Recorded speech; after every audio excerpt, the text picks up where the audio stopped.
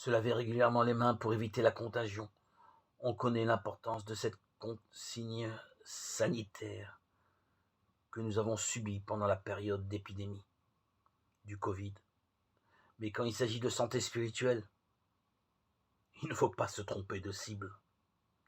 La contagion la plus à craindre ne vient pas des autres, ni de l'extérieur, mais du plus intime.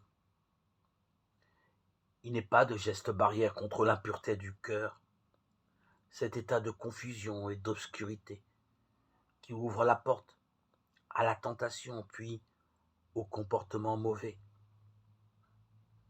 En quelques phrases vigoureuses, Jésus combat justement la doctrine des pharisiens qui prêtent à confusion en masquant l'essentiel. La pureté du cœur est plus importante que la propreté des mains. Et le commandement de Dieu est plus important que l'enseignement des anciens.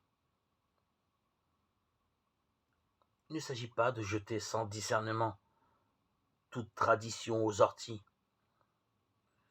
C'est une forme de transmission qui a sa valeur et sa légitimité.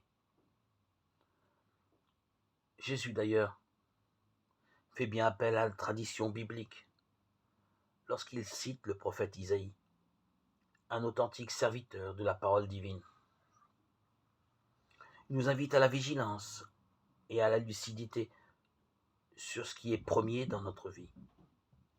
Si nous désirons être d'authentiques disciples du Christ, que notre cœur soit sans partage et se laisse éclairer uniquement par le Père des Lumières, selon la belle expression de Saint Jacques pour nous y encourager.